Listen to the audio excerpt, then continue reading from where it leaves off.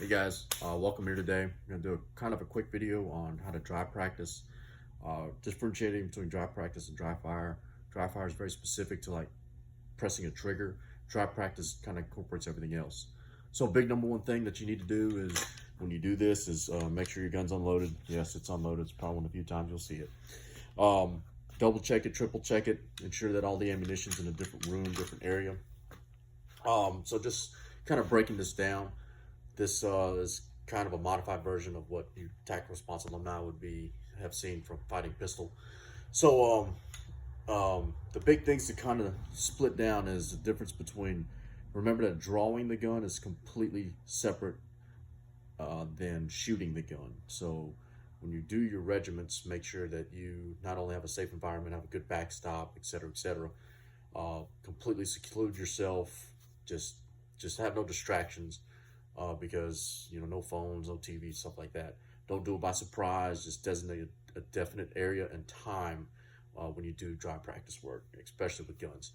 Again, double check that it's always unloaded for this kind of work. Don't max out your time. Do about 5-10 minutes, not necessarily every day, but maybe every couple of days. And again, set that time aside for you. All right. So basic things, again, double checking that weapon. Set up your equipment how you normally set it up.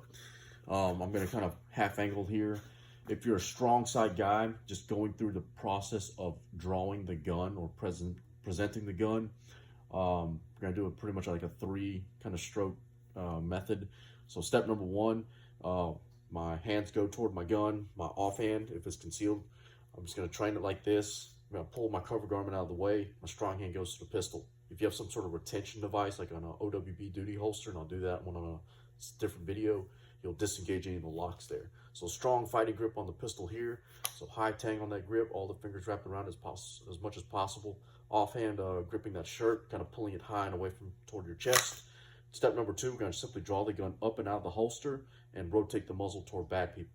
You'll notice as this is kind of a retention position right here. This is where you'll click off any manual safeties because the gun muzzle is pointing away from you. From this point right here, you'll take this hand and this hand, you'll kind of meet them together, and it'll be kind of pretty much in line with the dominant eye. For me, it's my right, or center line of where your eye's looking, which should be at the target. All right, so this part right here would be step number 3. Dr. House, long time ago, once said, kind of let your hands meet together in the middle like you're praying in church. Not literally how he means it, but you get the idea. So 2 hands meet together for step number 3. We're driving that gun up to eye level and presenting it to a good 2-handed extension shooting position. If you notice, my trigger finger remains straight because early on, especially until we get more experience, we want to differentiate that shooting process versus the draw process. Right now, I'm just presenting the gun to full extension is my goal. All right, and then that's it for the presentation. If I want to dry practice and dry fire the gun, I'm going to kind of step in a little bit. I will then aim in at the target. I'm going to touch my trigger, keeping my eye on the front sight. If you have a iron-sighted gun, if you're having an RDS, you'll look ideally at target focus through the glass. But I got a single front sight here. And as I touch the trigger, I'm going to press it all the way through. Again, kind of a 4-step process here. Touch it, press all the way, and hold the trigger. And then immediately I'll take my finger off the trigger, I'll tap the bottom, I'll rack my slide, and I'll reacquire a good 2-handed grip, and I'll reprep that trigger. So it's like a tap, rack, fight kind of moment. And that's a very important distinction of what we're trying to train here.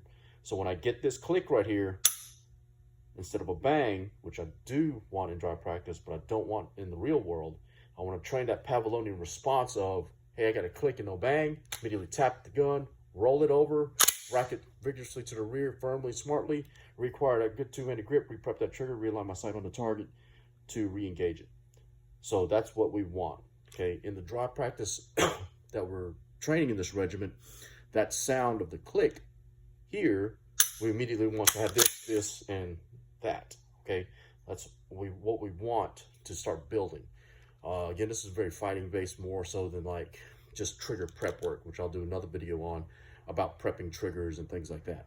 So building that draw stroke presentation to a good 2-handed grip, trigger prepping, sight alignment, pressing triggers, tap it, rolling racket, reacquiring the grip, reacquiring the sights, reprepping the trigger, re-engaging the target, And that's exactly what we want to build every time that we do dry practice for fighting purposes. All right, when we decide we're done shooting, we want to do a good scan, good assessment. I'll look around, left, right, high, low, close, far. I'll do a quick check behind me, scan all the way around, gun in the up or down position, it's up to you.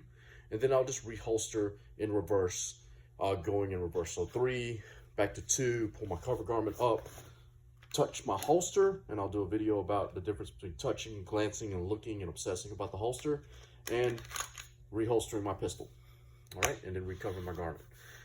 All right, that's kind of, again, a quick crash course into dry practice of the presentation and pressing a trigger and getting that good malfunction fix right there for type 1, type 2 malfunction, and simply doing a quick wide protocol, your fast 5 to 7 scanning, topping off before you reholster your pistol. All right, thanks for watching.